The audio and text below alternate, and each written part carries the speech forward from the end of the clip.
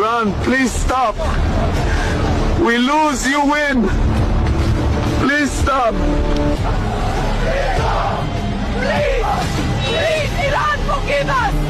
Please, stop the destruction. ನೋಡಿ, Iran ಹೊತ್ತಿ ಉರಿಯಲು ಈ ಹುಡುಗಿಯೇ ಕಾರಣ. 2024ರ ಈ ವಿಡಿಯೋ ನೆನಪಿದೆಯಾ?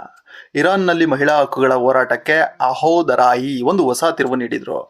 ನವೆಂಬರ್ 3, 2024ರಂದು ಟೆಹರಾನ್ನಲ್ಲಿ ಬಿಂಕನಿಯಲ್ಲಿ ಪ್ರತಿಭಟಿಸಿ ಕಟ್ಟುನಿಟ್ಟಾದ ಇಸ್ಲಾಮಿಕ್ ಉಡುಗೆ ನಿಯಮಗಳನ್ನು ವಿರೋಧಿಸಿದರು.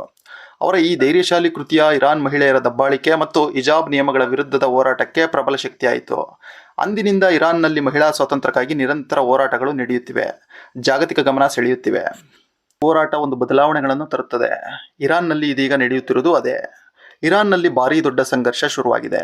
ಒಂದು ಕಡೆ ಇಸ್ರೇಲ್ ಅಮೆರಿಕ ದಾಳಿ ಮಾಡಿದರೆ, ಮತ್ತೊಂದು ಕಡೆ ಇರಾನ್ನ ಮಹಿಳೆಯರೇ ತಮ್ಮ ಮೇಲಿನ ದಬ್ಬಾಳಿಕೆ ಬಗ್ಗೆ ದಂಗೆ ಎದ್ದಿದ್ದಾರೆ. ಈ ದಂಗೆ ಪ್ರಾರಂಭವಾಗಿರುವುದೇ ಅಹೋದರ್ವಾಯಿ ಎಂಬ ಹುಡುಗಿಯಿಂದ. ಇಡೀ ಜಗತ್ತು ಇದೀಗ ಇರಾನ್ ಕಡೆ ನೋಡಲು ಈ ಹುಡುಗಿಯೇ ಕಾರಣ ಎಂದು ಸೋಷಿಯಲ್ ಮೀಡಿಯಾದಲ್ಲಿ ಹೇಳಲಾಗ್ತಿದೆ. ಈ ಹುಡುಗಿ ನಡೆಸಿದ ಹೋರಾಟದ ವಿಡಿಯೋ ಸೋಷಿಯಲ್ ಮೀಡಿಯಾದಲ್ಲಿ ವೈರಲ್ ಆಗಿದೆ.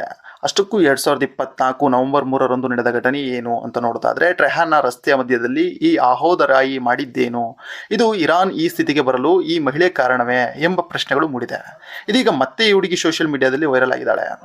2024 ನವೆಂಬರ್ 3ರ ಭಾನುವಾರದಂದು ಟೆಹರಾನ್ನ ರಸ್ತೆಯ ಮಧ್ಯದಲ್ಲಿ ತನ್ನ ಬಟ್ಟೆಗಳನ್ನು ತೆಗೆದು ಬಿಂಕನಿಯಲ್ಲಿ ಪ್ರತಿಭಟಿಸಿದ ಇರಾನ್ನ ಅಹೋದರಾಯೆ ಎಂಬ ಹುಡುಗಿ ದೇಶದ ಕಟ್ಟುನಿಟ್ಟಾದ ಇಸ್ಲಾಮಿಕ್ ಡ್ರೆಸ್ ಕೋಡ್ ವಿರುದ್ಧ ಪ್ರತಿಭಟನೆ ನಡೆಸಿದ್ಲು.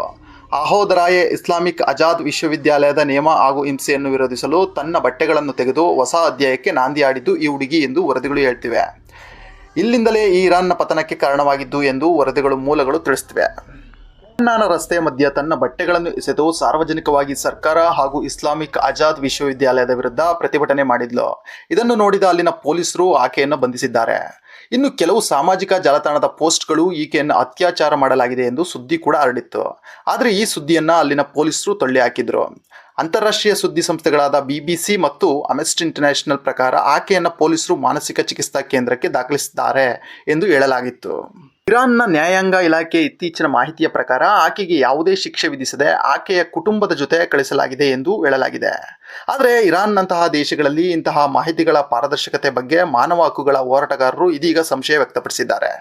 ಇರಾನ್ನಲ್ಲಿ ಮಹಿಳೆಯರ ಮೇಲಿನ ದಬ್ಬಾಳಿಕೆ ಮತ್ತು ಕಟ್ಟುನಿಟ್ಟಿನ ಹಿಜಾಬ್ ನಿಯಮಗಳ ವಿರುದ್ಧದ ಹೋರಾಟಕ್ಕೆ ಅಹೋದರಾಯಿ ಈಗ ಒಂದು ಪ್ರಬಲ ಶಕ್ತಿಯಾಗಿದ್ದಾರೆ ಎಂದು ಅನೇಕ ಮಹಿಳೆಯರು ಹೇಳಿದ್ದಾರೆ. ಇನ್ನು ಇರಾನ್ನಲ್ಲಿ ಇದೀಗ ಮಹಿಳೆಯರ ಮೇಲಿನ ದಬ್ಬಾಳಿಕೆ ಮತ್ತು ಕಟ್ಟುನಿಟ್ಟಿನ ಹಿಜಾಬ್ ನಿಯಮದ ಬಗ್ಗೆ ಹೋರಾಟಗಳು ನಡೆಯುತ್ತಿವೆ. ಅಮೆರಿಕದ ಅಧ್ಯಕ್ಷ ಟ್ರಂಪ್ ಕೂಡ ಅಲ್ಲಿನ ಮಹಿಳೆ ಹಕ್ಕಿಗಾಗಿ ರಕ್ಷಣೆಗಾಗಿ ಈ ಯುದ್ಧ ಎಂದು ಹೇಳಿದ್ದಾರೆ. ಹಾಗೆ ಸಣ್ಣ ರಿಕ್ವೆಸ್ಟ್, ವಿಡಿಯೋ ಇಷ್ಟ ಆಗಿದರೆ ಲೈಕ್ ಮಾಡಿ, ನಮ್ಮ ಚಾನಲ್ನ ಸಬ್ಸ್ಕ್ರೈಬ್ ಮಾಡಿ ಅಂತ ಹೇಳ್ತಾ ಥ್ಯಾಂಕ್ ಯು ಸೋ ಮಚ್.